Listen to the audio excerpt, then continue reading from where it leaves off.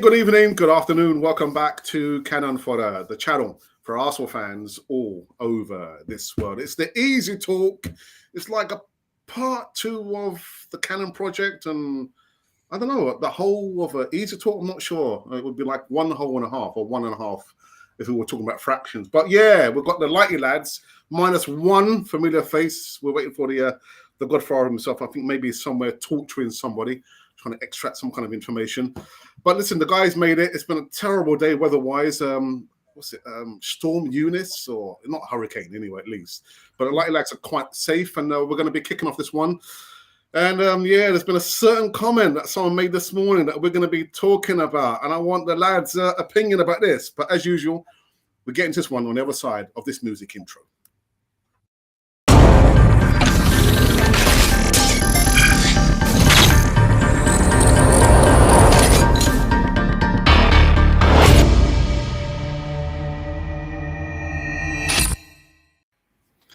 Yes, indeed. Welcome back to another segment of the Easy Talk, a Friday night, and I hope the number is going to skyrocket through the ceiling. What, the ceiling?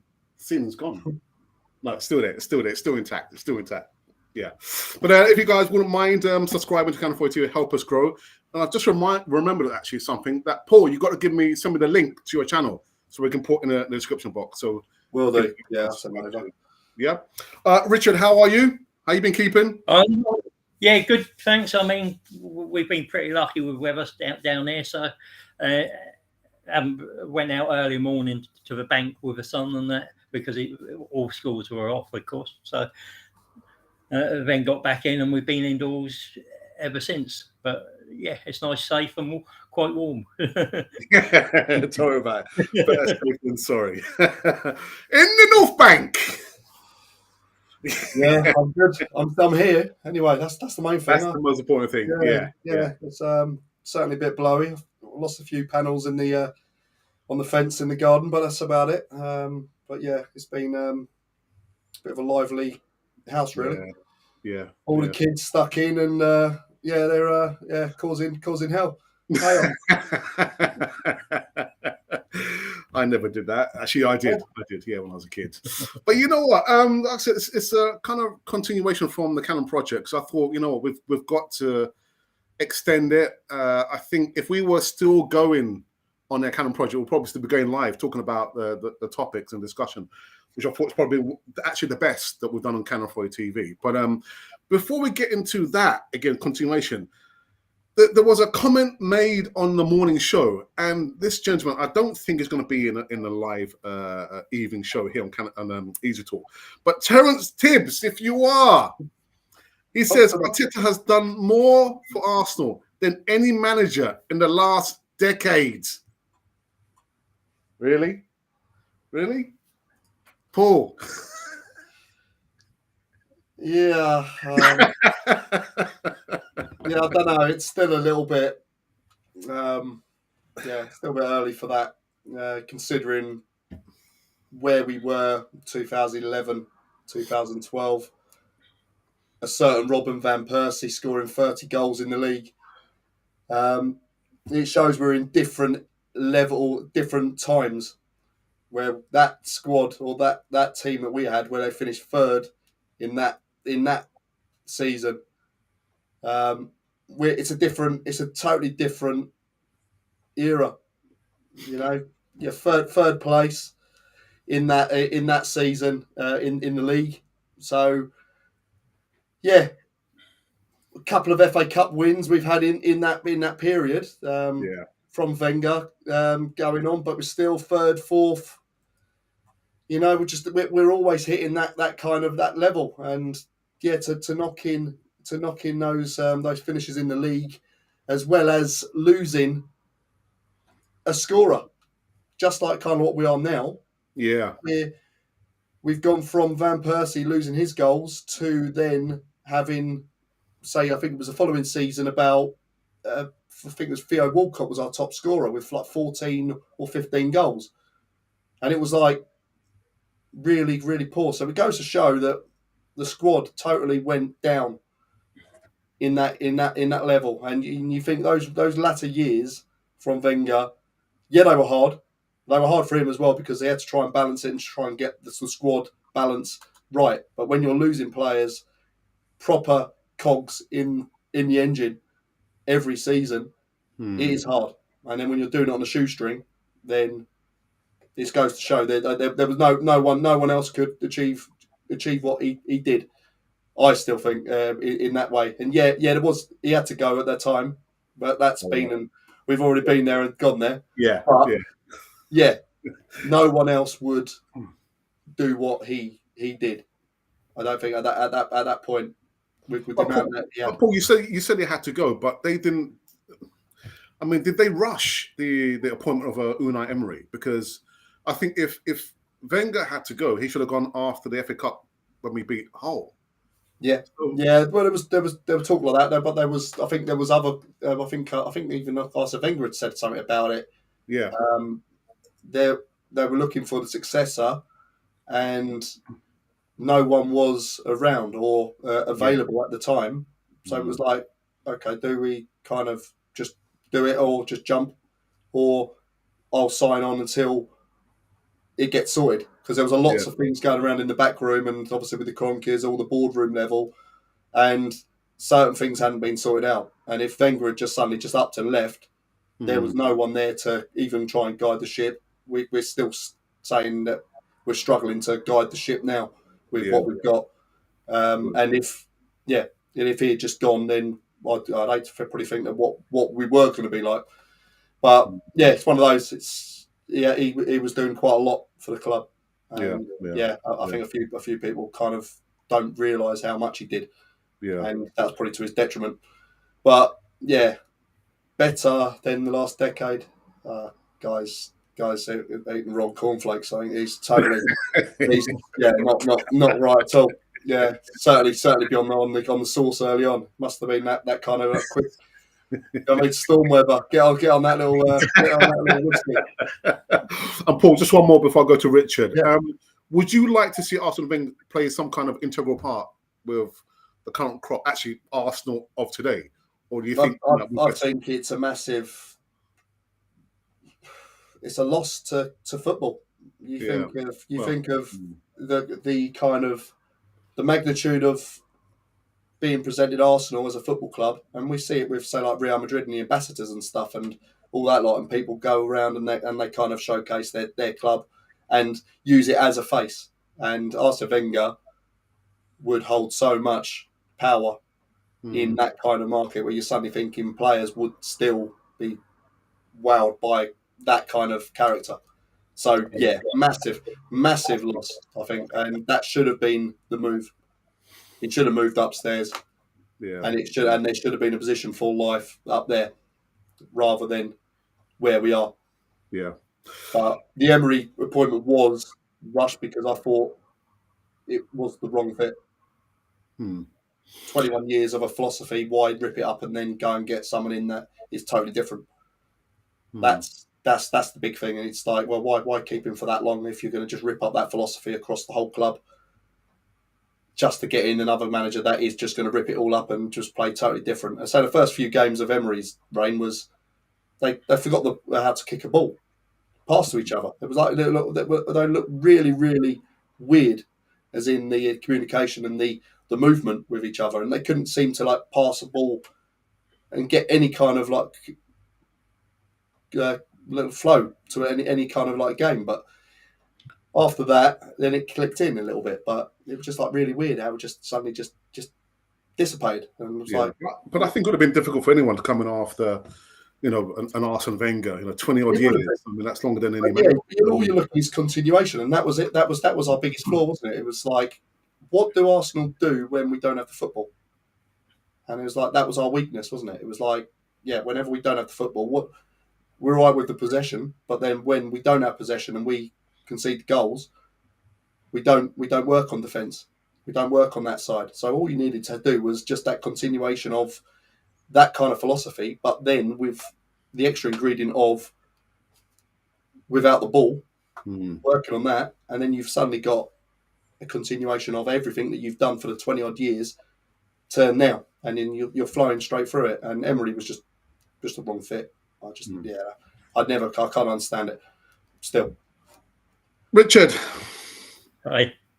Arteta has done more for Arsenal than any other manager in the last 10 years. Yeah, it's a perspective, isn't it? I mean, you've got to say Wenger won 2 FA Cups and Arteta's won 1.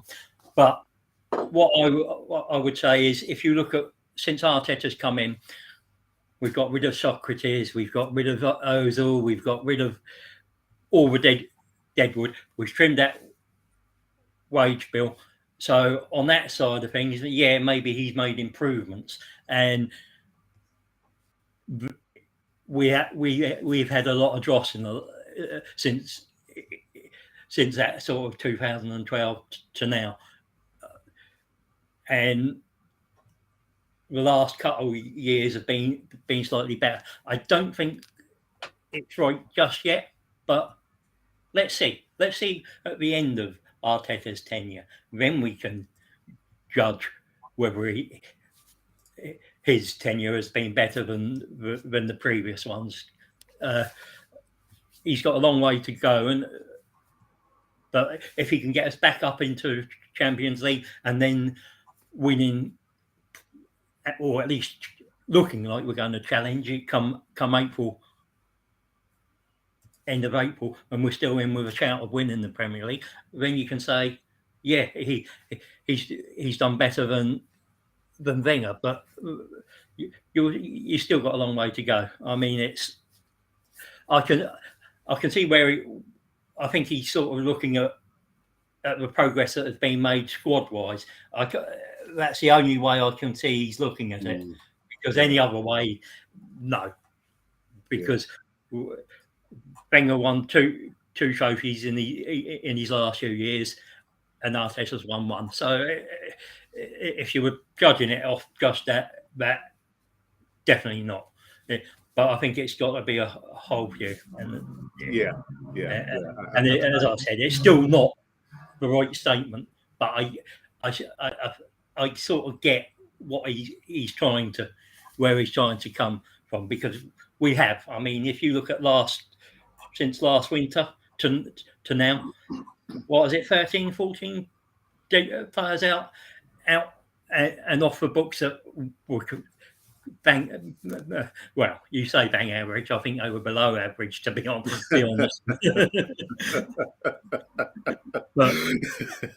but we had them. We had them on the books. We were paying them silly money, and no one wanted them, and we've had to get rid of them. Yeah. So I mean that's where I think he was coming from, but it'd be nice to know exactly what to quantify that statement, isn't it? Really, exactly. So just a couple of new segments that we're gonna go through before we continue. Former Albion star Steve Burtonshaw passed away, age 86. Who was actually an Arsenal coach, but before that, he actually was a wing half, and he played for Albion, scoring 3 goals and helping them win titles in both Division 3 South and the 4th Division. He also coached Sheffield Wednesday, Everton, and QPR. And like I said on the morning show, our condolences goes out to the Burtonshaw family. A really, really, I mean, for me, I don't know what to say, really. Really sad. But I think he had a good innings, age 86. The other news we spoke about this morning was something about Emirates renovation. Renovation, rejuvenation, all kind of nations for the Emirates. Now, as I understand it, there's going to be some changes made. Now, we put out a poll just to try and be a little bit mischievous. And I asked the question, what kind of renovation work would you like to see at the Emirates? So the options were, would you like to see the Emirates given a lick of paint? Just asking. Maybe make some changes for the mobility for people who are probably less able-bodied than ourselves. Would you like to see a new crest? Because as you understand, I think that might be one of the planned works that they're going to change the main crest on the stadium. But Paul, what works would you like to see be done on the Emirates?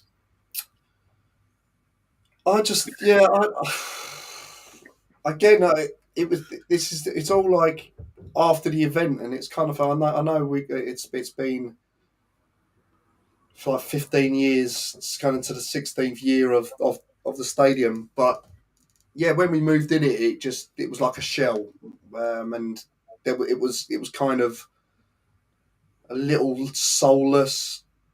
Just it just wasn't. Yeah, it's never been, I would call, a massively brilliant, iconic stadium. Yeah, certain ways, the outside and the bits are inside, then the way the whole kind of like stands kind of come in up and down. It was nice, but I wouldn't class it as wow.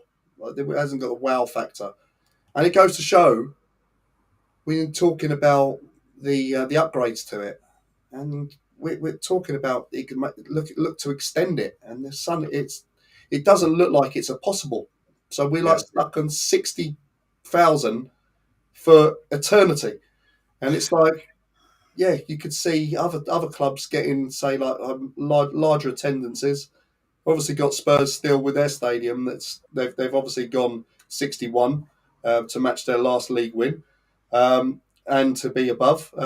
But it's that's the start, and I'm sure that if they comes to shove, they could increase theirs further as well. But yeah, 60,000, is it enough? Certainly, if Arsenal kick on and go again, I don't know. I just look at it. I just think there's no real ability to kind of really change it unless we come closer to the pitch. But yeah, digitalisation outside, it's been spoke about. Make it a bit more, a bit more snazzy. It's like a bit. Wembley's a bit like that, where it's a bit more. You've got a bit of that kind of digital kind of like look, and the videos kind of going around. And it's less maintenance, I suppose, in a way as well, with regards to the sun fade and stuff on all those pictures. Yeah. But yeah, certainly in the concourses, I think would be definitely better. Must be some better plan for like for beer. Yeah, I'm not gonna. Yeah, just put me in front of a machine that just says 1 point, and then you scan your card, and then all of a sudden out one pops, and then you just walk on. I'm all for it, and it's like just something just easy to get. But I've done it. I've done it with my lads when I took them to the Carling Cup or the Carabao Cup, and I went to get them a drink at half time. Turn up there and you're like still halfway in the queue, and like the game's just kicking off, and it's like, hang on a minute, it's just a nightmare. So it's just so for everyone, it's just silly. But yeah, there's lots of things to improve on. But where you start. Well, again, let's go to the poll. So the poll that we did, the questions were, again, renovation. What would you like to see to be done to the Emirates? So the options were: remove the player history wrapping around the bottom of the stadium and the brothers in arms, change the Arsenal crest, or give the stadium a lick of paint, or just move back to the IB Stadium. And I tell you what, do you know which one comes top? Have a guess, Richard. Which one comes top? I'd be surprised if it wasn't moved back to Highbury. I mean, because there's a lot of sentiment there, especially amongst people of our age. That's the biggest memories, because that's where my uncle taught me, and I, as a child, I grew up going to Highbury with him. So yeah, there's a lot of sentiment there, and even though I like the Emirates, there is part of me that still misses Highbury, because of that history and that sentiment. Yeah, we do go there before we start playing. We need to get a good groundsman, because there's a lot of work to be done in that middle. Any volunteers? Yeah. Shall we get a working group? I don't know about you guys, but whenever I've gone to the Emirates, I've never been able to get a proper signal on my mobile phone. Yeah, that's the one thing that is terrible. Ridiculous. Yeah, I mean, I'll sort of echo what Paul said. It's not only the queuing for the drinks; it's the toilets as well. There doesn't seem to be enough toilets space there. So you're sort of by the time you go on the loo, go on to get your drink and hot dog or whatever, the game's either started or you have to get in there so early that you've got those things and sorted before the game starts. It's just not practical in those sense. The amenities aren't practical, and from the roof as well. I mean, I know that I was listening to Charles Watts one from yesterday, and he said he was sitting during COVID in the stands, and the rain was coming through the roof. So that actually needs to be sorted. Yeah. And as for the player wraparound, if it needs, if it needs because of damage and wear and tear over the years, it needs to be taken down, but they need to put it back in place. Yeah. Because they're legends of the club. They're what we remember, and our fathers or our uncles remember. So it'd be nice just to keep that in, even if you put it digitally now. Because why can't you put it digitally? It'd be easy to do. What about nice just to see them, though, wouldn't it? It would be nice to see them actually keeping that theme, but then having the little highlights. So you'd be almost breaking down into little highlights. So you'd almost have that little showcase of these players all the way through, dotted around, and then it'll just come around on a scroll around the whole stadium. And then, Paul, I would vote you to be on a steering group, mate. Come on, someone, I'll vote for you anyway, at least. Yeah. What about the crest? I mean, I prefer the old one. Maybe go back to the old one, or just revamp it and do a sort of crossover between the two. But something new. I think it doesn't need renewing, and there's no reason not to renew. I mean, the only thing you didn't do was say relocate to sort of St. Petersburg or something. Don't speak too soon, Richard. That's the only way you're going to get extra people in the stadium, isn't it? And they do have this history. I don't know if any of you guys know that history. Why was there some kind of copyright issue with the old crest? Yeah. I think it was more the fact because I think you had a lot of the sellers outside the grounds and everything like that, and I think it was one of those where obviously that crest couldn't be copied because of, or you couldn't copyright it because of, I think it was the little yellow kind of little shapes around inside the crescent. Wasn't so much the canon or the Latin. I think Latin also was a problem, but then you had these the bits inside the shield, and you couldn't really copyright a shape for that. So that's why they come up with that. What they've done, and it is a bit more marketable on a wider scale. Yeah, I mean, what I'd like to see maybe on the crest is reference to our league or cup wins on there somewhere. Maybe little pips or something, or little cannonballs to show how many league titles we've won or something. Good shout. Yeah. But we'd have to keep refreshing it all the time, though, wouldn't we? But that's not. Yeah. It's not. We're not at this current moment. So no problem there. So I keep it there for another 50 years. It's fine. But yeah, no, I think it's nice. I think a couple of little things might be good to add on to that. Yeah, I mean, I think Real Madrid have it on their corner flags, don't they? They have something on the corner flags that represent how many La Liga titles they won and stuff. So it can be done. It's just a case of how you do it and how you represent it. But I think it'd be nice to get our history into a crest somewhere. Yeah. I'm not sure if you saw the short interview that Josh Kroenke did on that platform. I mean, he came across quite sincere. Did you see the interview he did? Was that the Rams one? He Yeah. had a bit part in the Rams little chat. Yeah.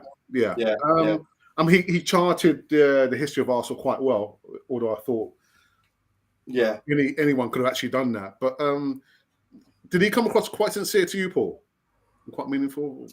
He comes across as a talker. Again,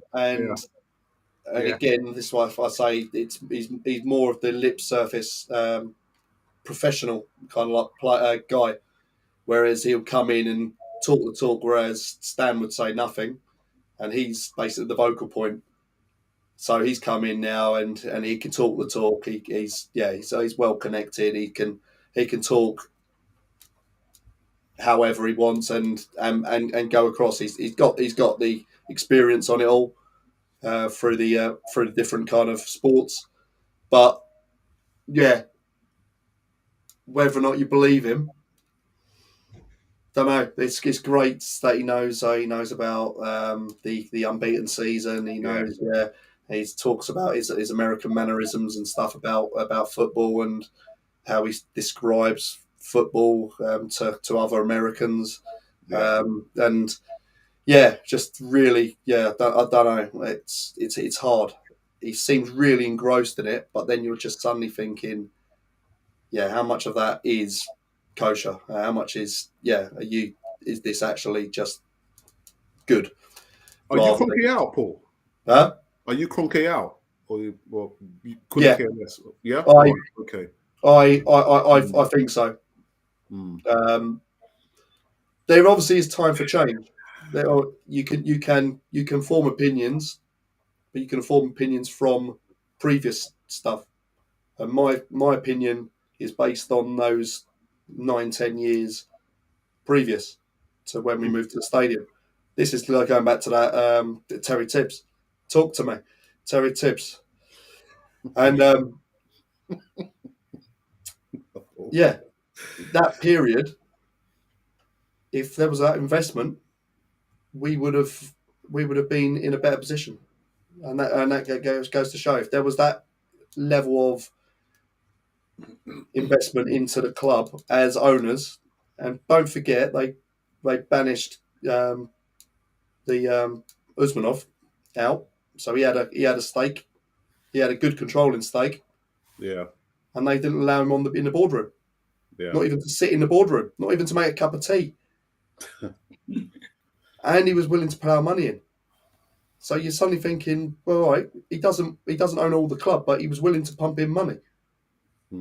But then Kroenke's come and said, we didn't put any money in we haven't done it because we only just bought it in 2018. So that's nonsense. So so that's why I'm Kroenke out, because all of that before, and if they suddenly write it now, it's just that bit too late, and this is why we've suffered this long. Because of that. And actually, I didn't realise Josh had been a director at Arsenal since 2013. I mean, that's more than enough time, isn't it, to turn things around at Arsenal? Too little, too late for me. But Richard, your thoughts? Yeah, Richard. Well, I did see it. There were a couple of things I pick out on. Was the bit where he said that the Super League thing came about from the COVID, and to me that's a little disingenuous, because that had to have been talked about a long time before COVID came around. That was being planned and talked about long before. I think it was he's using that as an excuse. And with what Paul said about them having it 2018, I look at it. I can understand some of that, because if I own a business and I've got part own a business, I'm not going to want to improve that business and line somebody else's pocket who I want out. No. So I want all that coming back to me.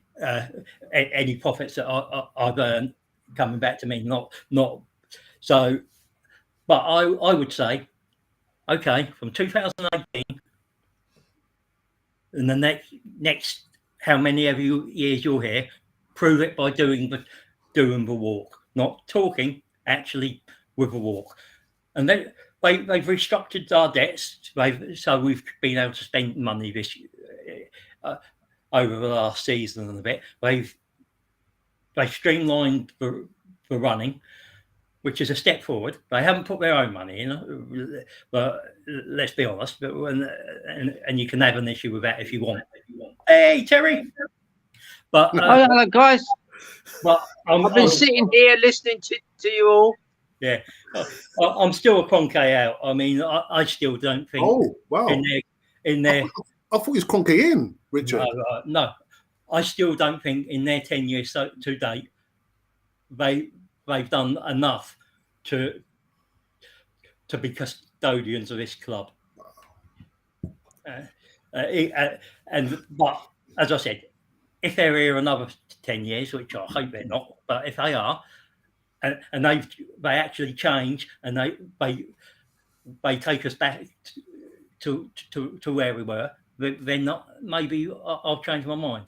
But I've got to see it first. Yeah. But Richard, surely it would be better to have an alliance with somebody else for the greater good of the club rather than being a money grabber. Yeah, personally, yes. But they're rich people, aren't they? So they don't like sharing their wealth. They like keeping it, and they will try and make money out of anything. But they'll pick up pennies off Walmart's floor if it means they're making another $1 million in a year. and that's a reality of a Kroenke. So we've got to live with it, like it or not. We'd rather not, but they're here unless somebody's going to pay them stupid money. I'd say if somebody offered them 8-10 billion, they'd be out of the door like a shot. I don't think so, Richard. I do because it's a bigger profit, big enough profit there for them to say, yeah, we can go and do something else somewhere else. Paul, how much money have you got, mate? Yeah. I got the first 50p or something like that. Yeah, I'll put it in. I'll stick it in the pot. I think I've got 5 pence. Yeah, £1 in the pot. All right, okay. Yeah, it'll be all right. Tel, your thoughts. Good evening to you, El Tel, Godfather. Good evening, guys. Good evening. Sorry, I'm a bit late. There's trees all down in my road and in the area, so it looks like a bomb has just gone off in Southgate. You know. You know, I'm definitely Kroenke out, but of course it's never going to happen because he knows long term he cannot lose. He's got a whole chunk of real estate, which is in Highbury or N7, whatever you want to call the new area, plus the training ground. Plus, a lot of people don't actually know this, that Arsenal always bought up properties around the stadium. I had a couple of friends who had a flat in Elfort Road, which is just around the corner from in fact, it's halfway between the old stadium and the new stadium. And their landlord was a lovely Irish lad. And the club were always saying to him, if you're ever selling, come to us first. So they bought a lot of properties around there. The kit man used to live there in a property owned by Arsenal. They continually buy properties around, and they've been doing that since the 1960s. And Arsenal is big time real estate, and as many people know, Kroenke's got at least 1 foot in the sort of in that bandwagon, you know. So he's not gonna go because he's got the goose that laid the golden egg. He can't lose really because all those properties will now be rented out, and so he's laughing with that. And of course, he's got, if you like, a bridgehead in London now. Anytime he wants to come to Europe with his family, he puts it on the Arsenal bill. Okay, so he says, right, we're getting a flight over, and you know, I mean, he can stay in the best hotels, or he can stay in one of the properties in Elfort Road. I can't see him doing that somehow. And So it's not going to happen because he's going to break the American market as well as the European thing, and there won't be relegation. Just, I heard you early on talking about this mess at half time, and it used to be 10 minutes, I think, when I was a kid. And now it's 15 minutes. Where you come out of your seat, or and you go into the toilet, and then you think, well, if I queue up for 10 minutes, by the time I get myself a beer or a coffee, it's time to go back, and you can't bring those into the stadium, and it's a business opportunity lost. But if you go to the States, of course, they have these amazingly long half times. And then I remember watching New York Cosmos play at Yankee Stadium, and I'm sitting there, and the next minute somebody dressed in a Bugs Bunny costume goes past me with a tray with 3 or 4 burgers and cokes and all kinds of stuff, and serves the bloke next to me, and I'm trying to watch the football match, and of course another 10 minutes go by, and he's back to the fella slightly further along. So you could bet the Americans will never miss a business opportunity. And so we are going to undergo a revolution. I think I did predict in our last podcast that the American market would be one we'd be playing in, and about 3 days later, they must have been watching us, lads, because they announced that we're going to be playing in New York and somewhere else in a pre-season or post-season or whatever their latest ruse is to make money. So we'll probably be playing in Kroenke Stadium out there in LA, and I can see it happening. I can see it happening. Yeah. I mean, the mistake they made. I know David Dean wanted to buy.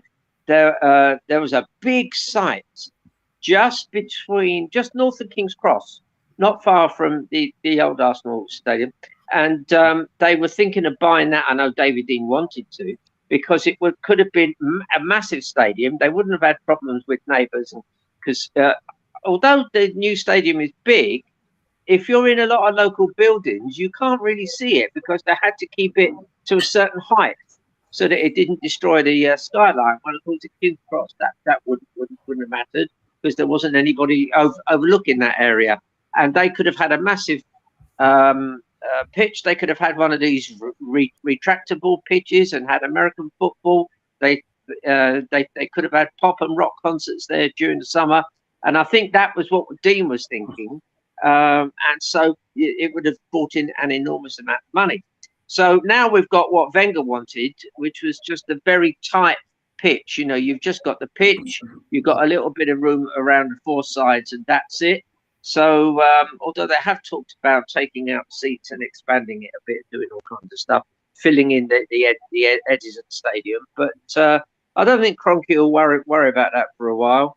And he wants that lucrative European market, and then they'll move in on the American market. I mean, isn't it interesting? We've already bought an American goalkeeper, and we've got an American centre back coming in as well. So it's already started. What's the famous thing when Ronaldo went back to Man United? They knew they'd sell so many replica shirts and so much of this, that, and the other, that all makes him a little bit cheaper to buy. So what Kroenke's thinking is, if these American boys start doing well, they'll be able to really promote the football game via Arsenal in the States. So that's the future. And if anybody's just tuned in, do go back to the previous podcast, because we thought of it not before Stanley Kroenke, but before Stanley Kroenke announced it anyway. Paul, could you ever see yourself walking away from Arsenal if things got so bad at Arsenal? Would you ever walk away?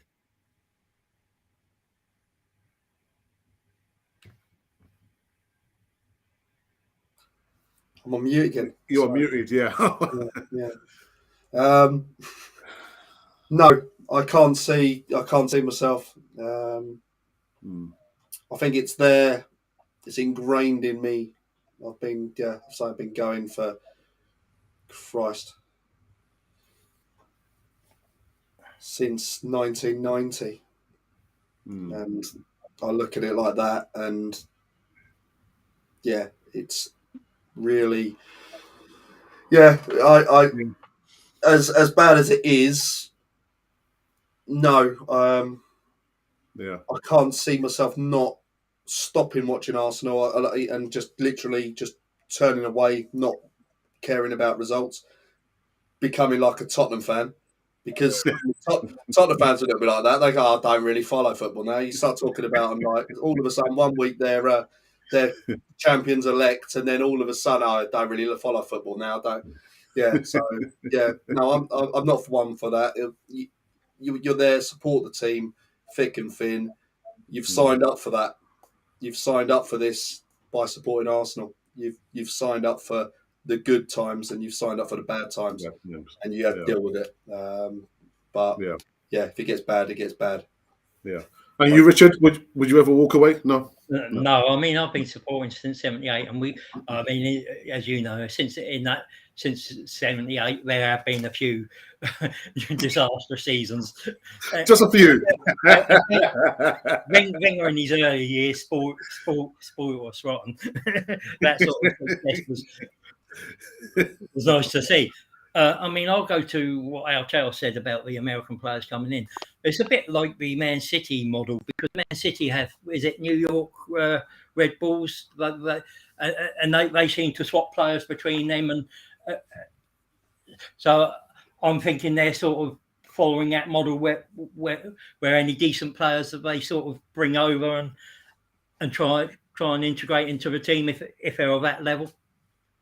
So it might be a good business model. It might save a few millions if they're any decent. I mean, we know that Leno's going. So, and from the stats and the stuff I've seen on this Turner, he's a good shot stopper and he's not bad with his feet. So he'll be a good solid backup to Ramsdale. The central defender I've not seen or not picked. I can't find anything on him, but I'm sure it's out there for if somebody. But you can only wait and see what he comes in as. And if he's coming in, is Holding going? And are we going to have Saliba, Holding, and Tomiyasu as backup centre backs? And where are they spending the big money, which is needed? Tell on the morning show, someone put up a comment that kind of got me scratching my head, and this was the comment that the person put up in the live chat in the morning. Arteta has done more for Arsenal than any manager in the last decade. Is that true, Tel? Is it true? Well, by default, it probably is. No. By default, Emery was doing a cracking job. He wanted Nkunku, who's now playing absolute blinders out over there in Europe, but the club said no, and they would rather get Pepe. Well, that's the end, and that's a full stop at the end of that. So I think had Emery been left, I think he would have pulled things around. Experienced manager, he certainly can win cups. Wenger was fading, and it was sad to see. Wenger was fading. He was trying to do whatever his bosses told him, and he ran, as we all know, the club on a shoestring budget, and he lost all his best players. He lost Van Persie, and he lost Fabregas. And it was a really, when you look back on it, it was a massive tragedy what the club were sort of making Wenger do. So he struggled to keep a good team there, because every time he got a young player, I mean, he was from Feyenoord, wasn't he? Van Persie, and suddenly he becomes a world beater, and then he gets sick and tired because he knows that nothing's happening. And so I suppose, listen, Arteta, I don't know if you've seen this. This graph has reduced our wage bill so that it's the smallest wage bill in the last 10 years. Yeah. So this is what Uncle Stan wants. He's helping Uncle Stan. So I don't know who put that thing up there. Was it maybe Uncle Stan in disguise? I mean, he's doing what Terence Tibbs. He's doing what Uncle Stan wants, which is to reduce the wage bill. His biggest problem, actually, is now that we've got a preponderance of players under 23 or under 24. What does he do this summer? And we are getting little instances like Martinelli getting sent off because he's a young player. He won't make those mistakes again, but you're going to have hiccups with young players. They'll be in and out of form. They'll do silly things and all of that. So your question is, should he go in and buy a couple of older heads? Well, no, that's always been a disaster. So I'm afraid we're in for the sort of long haul. I really do. I think he's going to go for some youngish players again, whether a big centre forward and maybe a winger, and certainly a couple of midfield players, and probably bring Saliba back, and he might even go for another full-back. But and he might do that over 2 or 3 transfer windows. But he's got to watch himself, because you can't stuff the team full of 20-year-olds and 22-year-olds, 23-year-olds. But so it's tricky for him, because he's got good youth players coming through. I think my message to fans is it's still a process, and it's still going to take the time. And I'm a bit worried about what we tried with Wenger in the later years, which was to buy seasoned pros that really were over the hill. And you're being asked for too much money, and then suddenly they hit the wall.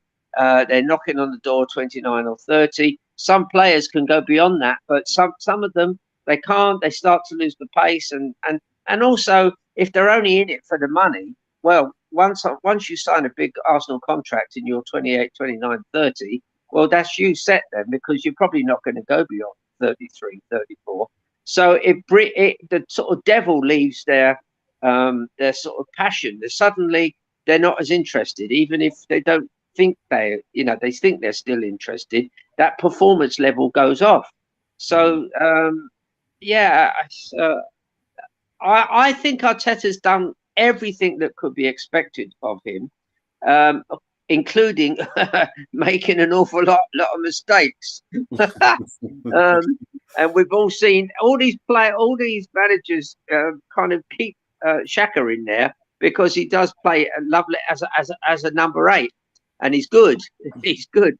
But then there must be sometimes in the middle of the night, Arteta wakes up in a cold sweat and says, "Why did I keep him? What have I done?" He must be seeing a therapist, because he's definitely level when he's being interviewed. So he's obviously got somebody calming him down. And there I was trying not to mention Granit Xhaka. For 47 minutes, I tried. Paul, do you want to chip in before I go into the live chat? Do you want to say anything? Or should I go into the live chat to Paul? You're right. You're on mute again. How'd you do that? Always good. No, I'll allow Tell some breathing space. Good man. Well, that's it. Let's go into the live chat for the first time this evening. We've got the moderator for the evening show. Ashley, this is, "Hey up, Gooners. Welcome to Cannon Fodder TV." And Riddy says, "Evening, gentlemen. Can't wait for what's happening tomorrow." It's been so long. Wenger should have gone when Klopp was job hunting, Richard. Well, possibly. I mean, we did touch on it. He kept the team, let's be honest, he kept the team punching above their weight for such a long time. And then he couldn't, because the quality of the players was just too poor for that. And there was a time he should have gone before that, not just for his own sake, not because of anything else, just for his own reputation and stuff. And I think it was a shame the way it ended for him. And I agree with what Paul said earlier about he should have been moved upstairs as an ambassador, and he would still attract top players here, and he still has something to give to us and football. He's a brilliant mind, so I think it's a shame the way it ended. Yeah. Really says hindsight is a wonderful thing. Johnny Gizaguna says, evening, gentlemen, had trouble finding the link tonight. Oh, why is that? It was down to Storm. 61 for the last win.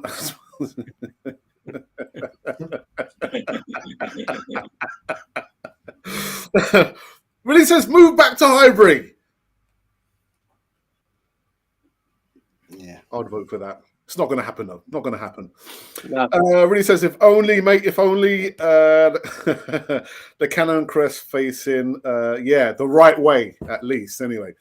Tel, we were talking about, I'm not sure if you heard, we were talking about the changes that they're going to be making, the renovation work at the Emirates.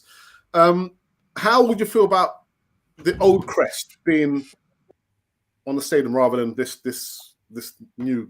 Yeah, I think Paul hit the nail on the head. We couldn't copyright it. It was already out there in the world, or in the football world, and it was too late to copyright it. So they ended up with this hideous thing that they have now. The bit that knocked me, this is a little sidelight, is that the shield that's on our current one has got like a two-tone red, hasn't it? It's got a pillar box red and a slightly darker red and all that. And I remember somebody asked Dean, and he said, "Oh, that's to make it look three-dimensional." Well, I think he was telling Porky Pies there, because I think that gives them the option every season now to slightly change the hue, the exact red that we're playing in. And sometimes it's like that red currant colour that we played in when we were in Woolwich. And then other times it was one kit we had a few years ago, and I remember thinking, that's got an awful lot of orange in it. So it was, and it kind of annoys me because, you know, to me, when I've seen Cork play the hurlers, they come out in red and white, and it's pillar box red and and white, and it's a stunning color combination, red and white, not maroon and white, not red berries, black berries, or whatever, you know, Seville orange or whatever you want to call it. Just, of course, they don't want that because excuse me, they want the option to keep varying the shirt. Yeah. That's what they want. Listen, when I used to follow Arsenal as a kid, it used to say in the program, we don't change our kit very often because we're very aware that we're followed by local people. They can't be expected to buy a kit for themselves or for their kids, you know, more than once every 5 or 6 or 7 years, you know, and therefore we keep the kit the same. Well, now, then they said, I don't know if the other guys recollect this. Then they said we'll only change it once every 3 years. Then it became only once every 2 years, and that suddenly faded into there'll be 3 new kits every year. And we've got some other kind of kit that looks like a Piccadilly line tube train seat, you know, and that's coming halfway through the year. So what they'll do is they'll fleece you at the start of the season, August, and then just when you think, oh, thank God I haven't got to pay out again, around about January, they go, oh, we've got a new training kit. Oh, it's just like the Piccadilly line. Why don't you go for that? And then you're sitting at home and your son or daughter go, hey, could you buy me that new one, Dad? Because all the kids at school have it. So it's money. It's not football. It's money. Ashud's been a little bit cheeky. My moderator for the evening says, I think there should be a statue of Alex outside and people can rub his bald head for bringing luck. That'd be bad luck, I tell you what.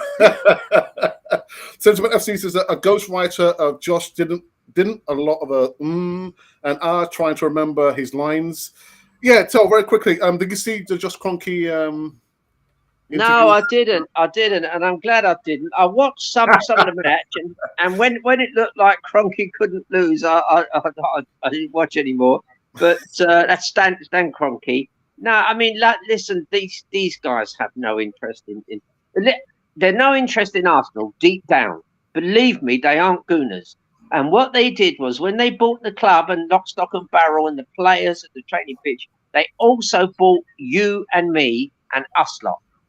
We were part of the deal, because it's a bit like having a shop that you're selling clothes, but you've bolted the front door and nobody leaves.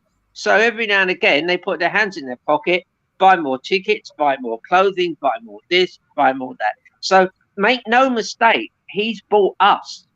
And when the lads there said, "Oh, we wouldn't transfer our allegiance," fully understandable.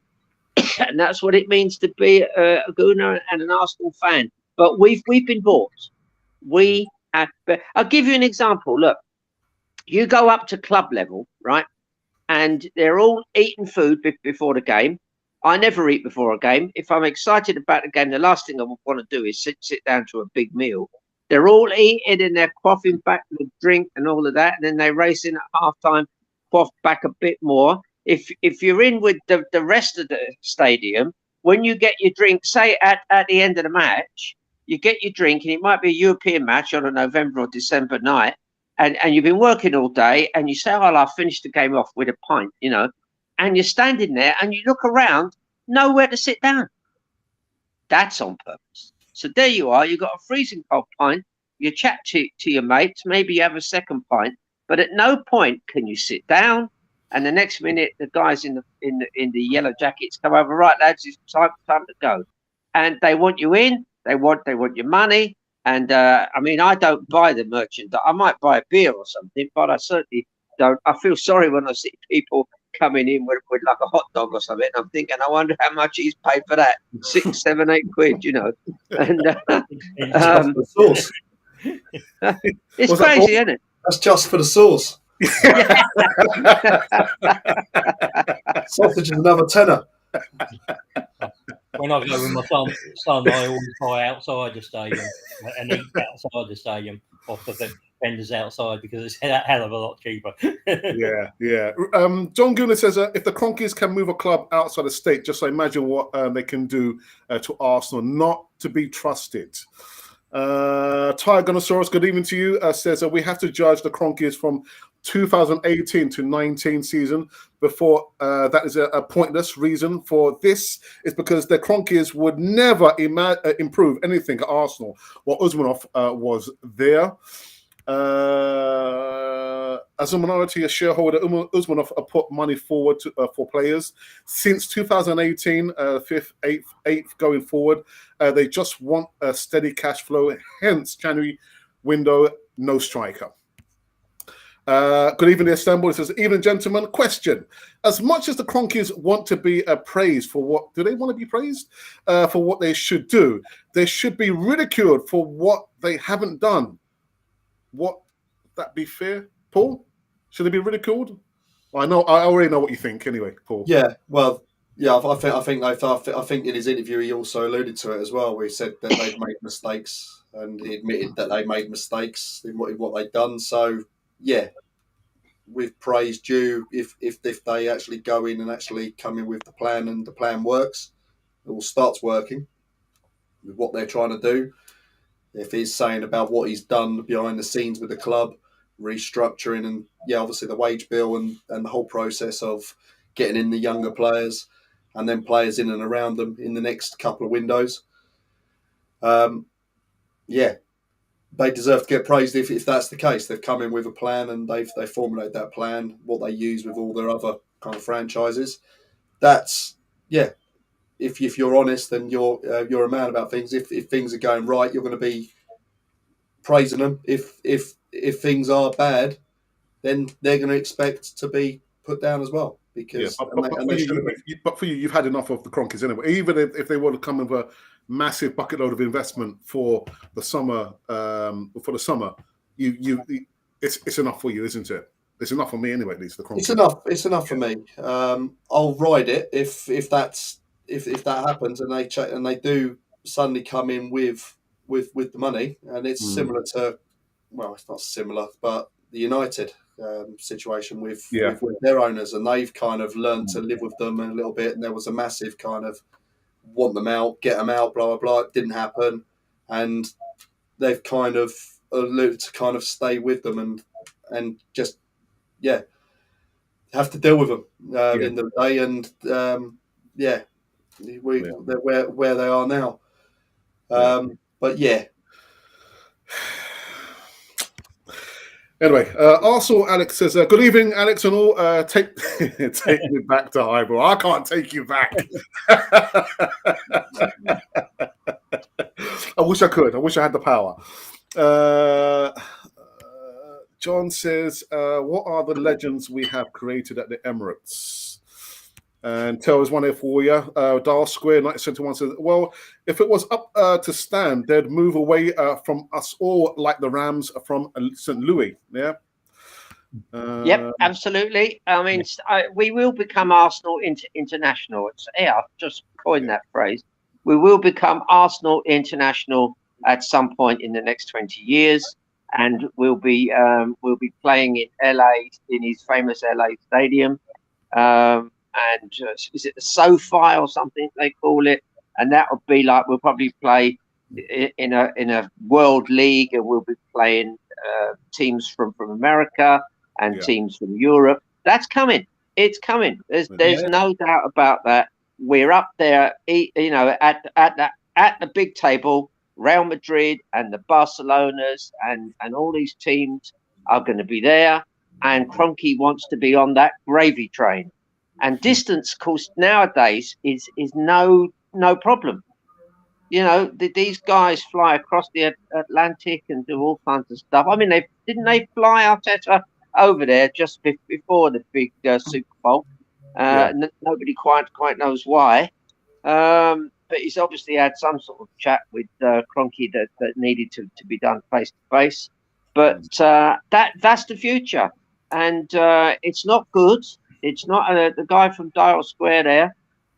Absolutely right. Kroenke will be very happy for us to keep the Emirates, but he will look for other venues, and he'll be looking for us to play in different places around the world. Probably Rio at some point or whatever. I mean, as we said the other day, we've got people like Gunnar Matters, who's from Cape Town, South Africa, and he's often said there's a massive following for Arsenal down there. I know in Ireland, there's not a pub that you can't go into. If there's an Arsenal match on, you can go into almost any pub anywhere. And I've done it, and I'll say, I've got the Arsenal match. They go, yeah, we've got it on there. And there'll be a fella next to you drinking. I'll be chatting to him. I said, well, what made you support Arsenal? Oh, I lived in Stoke Newington for a while, and I started following Arsenal. So wherever you go, I remember watching a match out in Tenerife with this German bloke, and he said, oh, I've been a mad Arsenal fan. I really love the club. And I'm thinking, wherever you go, you'll find a Gunnar. Okay. I think I told a story. Did I tell this story about a friend of mine? He was out in Somalia, and he was out in the wilds of the barrenness of Somalia, and he was running out of petrol in his Jeep or something. So he thought, oh, I'll pull in, and he got to this petrol station in the middle of nowhere, and there's nobody there. So he thought, well, I'll fill up, and then I'll go into the shop and pay. So he filled up, and still no sign of anybody. So he walked into the shop, and there was about 10 blokes in it, all wearing Arsenal tops, cheering an Arsenal match on. They're all watching the game. So it doesn't almost matter anywhere you go, you will find a Gunnar. And even the two blokes who went. Oh dear. Yeah, Wi-Fi has obviously gone down. You see, even that you didn't put the 50 pence piece in the meter. Richard, here's one here for you. The copyright is a false flag. Arsenal own the copyrights. They just needed an excuse to change it. I'm not sure about that, but I'm sure that because it had been out there so long that they missed the copyright chance, but it is another possibility, isn't it? I mean, at the end of the day, they'll change whatever they need to. Yeah. And if they'll put whatever spin on it they want to. So I think we just see what they come up with and hope that it's something decent. I'll have to wait and see. Dial Square 961 says the outside of the Emirates will be something like a picketing circus full of advertising, Paul. Yeah, well, where isn't really in the end? In all honesty, it's a concourse for a reason, isn't it? It's just almost, you can almost have it like an extended version of being inside the stadium. Have a few more kind of like vending shops outside there, and actually have that fenced off, so it's kind of an outside kind of area. You kind of have little drinking zones, or even like that, where you've kind of got controlled kind of areas to buy stuff. But yeah, within the areas like that, you get the advertising chance as well. But yeah, I don't know. I think that's just the way of this modern world. Yeah, Advertising's everywhere. There are other comments which I'm not going to read. Unfortunately, I think you guys have had a good say in that. But what I want to say, tomorrow we're back in action against Brentford. Can I get you guys, if you want to, give a prediction? Sort of Veltel. Would you like to make a prediction, Tel? If not, I'll pass. Yeah, no, I'd love to make a prediction. I'd say Arsenal to win 2-1. Okay, all right. Richard? Yeah, I'm the same as Al. 2-1 for me. Playing it safe, Richard. Playing it safe, geezer. I think Brentford have just got Raya back, haven't they? And they were the central defender. They weren't due back until April, but they played in the cup matches. So they're back. That makes them a bit stronger, and that's why I think it'll be a bit tighter than maybe a 2 or 3-0. So, and I think it's going to be down between which midfield pairing gets the upper hand. And I was watching Box to Box, and the Brentford guy on Box to Box said their midfield pairing have been up and down since October. They haven't had a consistent pairing, and their performances have been inconsistent as well. And you could say the same with Xhaka and Partey. It's not been a consistent pairing with them two because of injury and suspension and African Cup of Nations, and they haven't consistently performed well. They've performed well in one match, and then the next match they haven't. So that'll be an interesting to see how that actually pans out. And Paul, prediction? I think it's going to be 2-1. That was what Did you guys band together? Yeah, no, it would have been my kind of guess. I think it's going to be a tight game. Well, potential to be tight game. How we set up, how we start the game, have we got a good tempo? That's what's going to dictate the game. And if we start well and we start fast and we potentially get an early goal, that could open floodgates and that changes the game. Whereas if we go in tight into half time, into the second half, that's when it gets a bit nervy. And again, yeah, if we're not decent in defence and proper organised, then they've got the potential to go and hurt us as well the other way. So no, to go a little bit different, I'm going to go 4-1.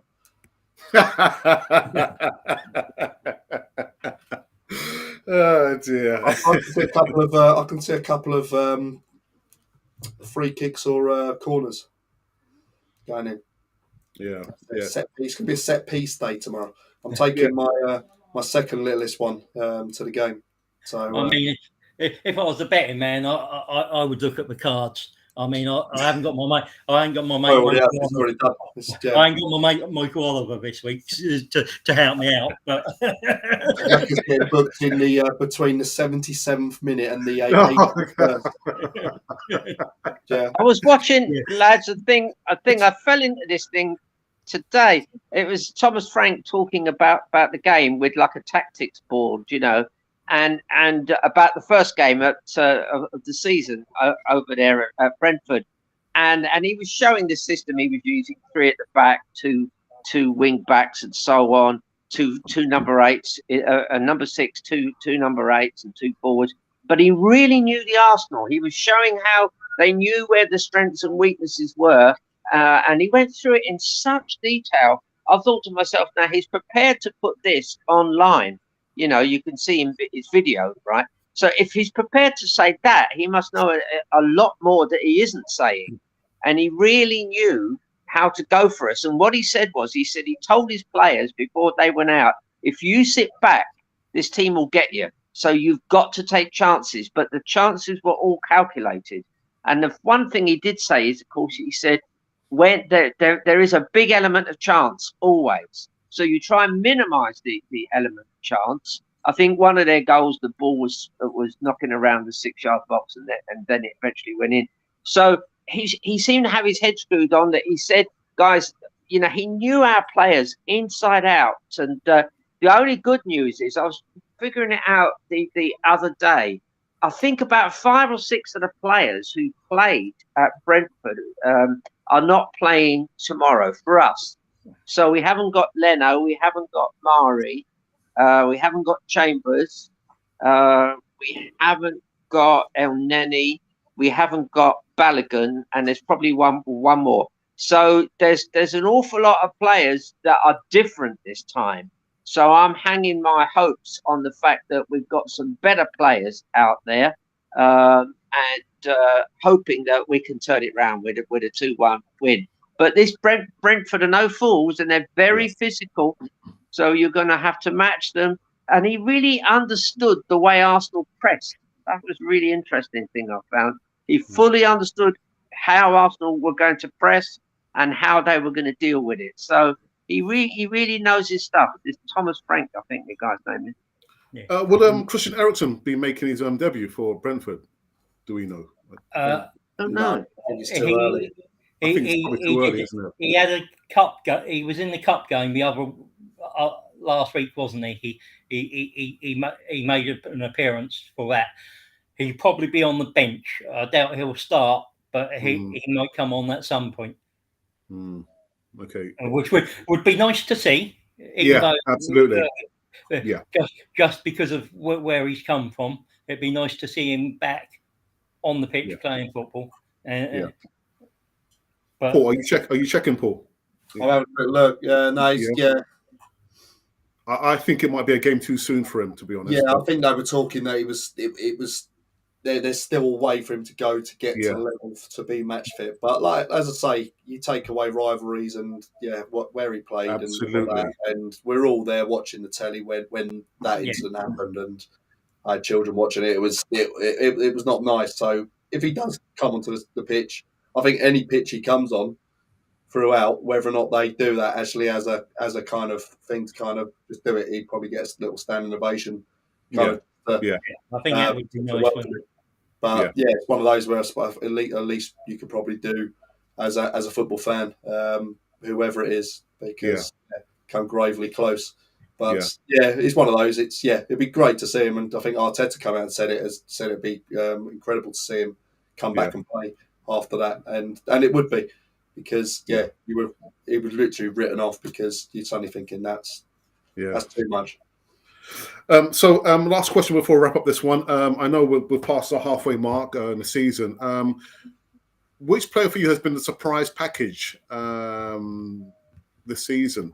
Tell. Wow, that's an interesting one. Tomiyasu, I think, has done better than I thought he would do. And I'd probably give it to him, actually. Let me try and think. Yeah, Ben White's been good, but I'll give it to Tomiyasu. Okay. Richard, for you?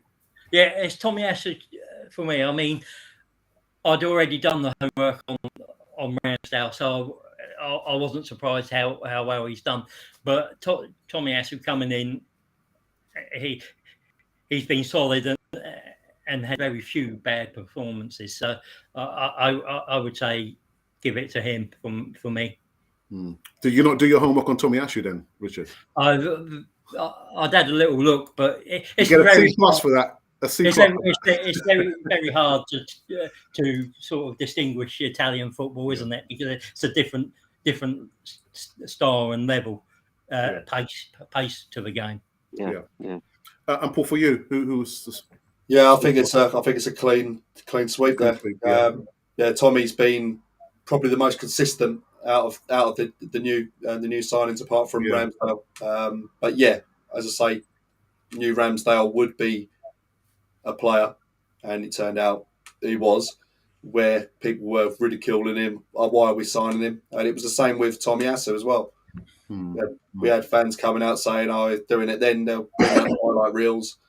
This is what we've signed. And you had the Sky commentator, or the guy reporting. Remember when he signed him, and he's like, "I don't know what he is. He's not a defender. He's not a right back. Don't know what he is." And then a load of Arsenal fans were not fans, Arsenal related content. Twatters, I think there's more those. They were releasing videos of him playing one game, and he misjudged a ball coming over for a goal, then missed another one. It was like, oh, this is what Arsenal have signed. It's like brilliant. It's like looking at what he's done and how he's come into a new league and a new area, and look what he's done, and that's the proof of the pudding. And it's the same with Ramsdale. So much time to develop as well, and only get better, and add those extra ingredients around those guys. Yeah, nice one, lads. Well, that's it. We'll come to an end to another easy talk here. Alex, what about happy birthday?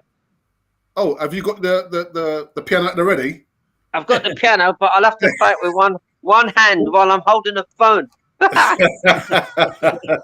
sounds like a gunslinger, one hand loop, doesn't it? Yes. To another easy talk over here, which is a bit of a hybrid between the Canon project on Monday and a full-blown feature-length version of the Easy Talk on Friday. I hope everyone enjoyed this segment. Actually, I didn't get to read again all the live comments in the live chat, but wonderful stuff. So a big thank you to Richard. Richard, thank you so very much for coming on. Back-to-back show. Thank you. I enjoyed doing. Brilliant. And of course, Paul in the North Bank. Send me the link to your channel, Gator. Yeah, no, good. Nice Thanks one. for watching, guys. It's been good. It's been a good show. Yeah, nice one. Thank you. Eltel, take it away when you're ready, mate. Okay. Happy birthday to you. Happy birthday to you. Happy birthday, Cannon Fodder. Happy birthday to you. Cheers. Hey. Thank you for that. I will be back tomorrow morning giving some more live news. I'm not sure what I'm going to be talking about, but I'll find something to talk about. And until then, guys, thank you so very much. And you have been listening to Cannon Fodder, the channel for Arsenal fans all over this world.